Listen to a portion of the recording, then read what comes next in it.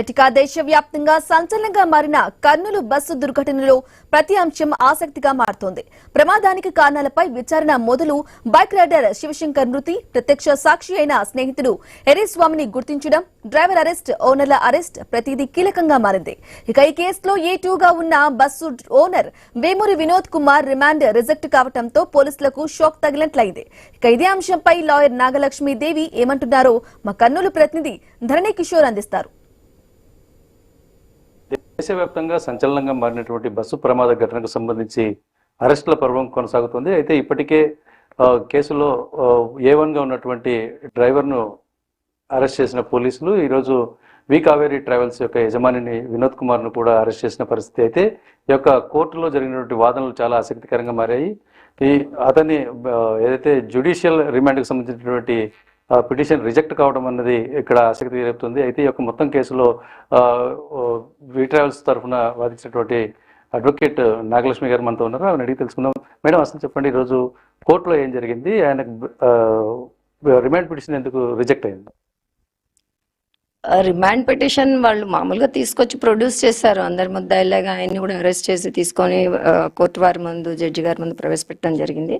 కాకపోతే మేము కూడా అదే సమయంలో అతని తరఫున మేము పిటిషన్ ఫైల్ చేశాము. ఎందుకంటే దాంట్లో ఉన్నటువంటి ఏవైతే కొన్ని సెక్షన్స్ ఉన్నాయో అవి ఆయనకు వర్తించవు అని చెప్పేసి మేము వాదనలు వినిపించడం జరిగింది.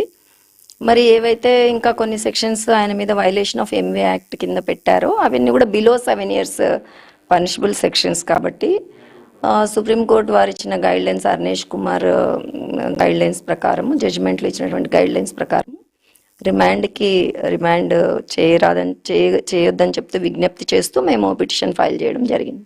అయితే మేడం, ఇదే కేసులో A1గా ఉన్నటువంటి డ్రైవర్ రిమాండ్కు సూటబుల్ అని అదే కోర్టు చెప్పిన నేపథ్యం, ఇప్పుడు ఓనర్కు అది వర్తించదని మీరు వాదించిన నేపథ్యం, ఈ రెండింటిని ఎలా చూడాలి? ఈ కాంట్రడిక్టరీ యాక్టివిటీని ఎలా చూడాలి?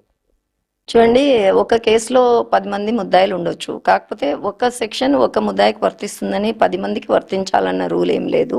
It depends upon facts and circumstances of the case and there ఇప్పుడు driver status, owner status. Because ఇప్పుడు ఆయన ఎక్కడో రిమోట్ ప్లేస్లో ఉంటాడు, ఇక్కడ ఏం జరుగుతుంది, ఇక్కడ జరుగుతున్నటువంటి యాక్ట్స్కి ఎవరు బాధ్యులు అనేది ఆ సెక్షన్లో 105 ఎవరికి వర్తిస్తుంది, ఎవరికి వర్తించదు అనేది ఆ ఇంగ్రీడియంట్స్ని బట్టి నిర్ణయం తీసుకోవడం జరుగుతుంది. ఒక్క ముద్దాయికి వర్తిస్తుందని చెప్పేసి అందరు ముద్దాయిలకి ఆ సెక్షన్స్ అన్ని వర్తించాలనేది ఏం లేదు. ఇప్పుడు ఈయనకు వర్తించే సెక్షన్స్ ఆయనకు వర్తించకపోవచ్చు.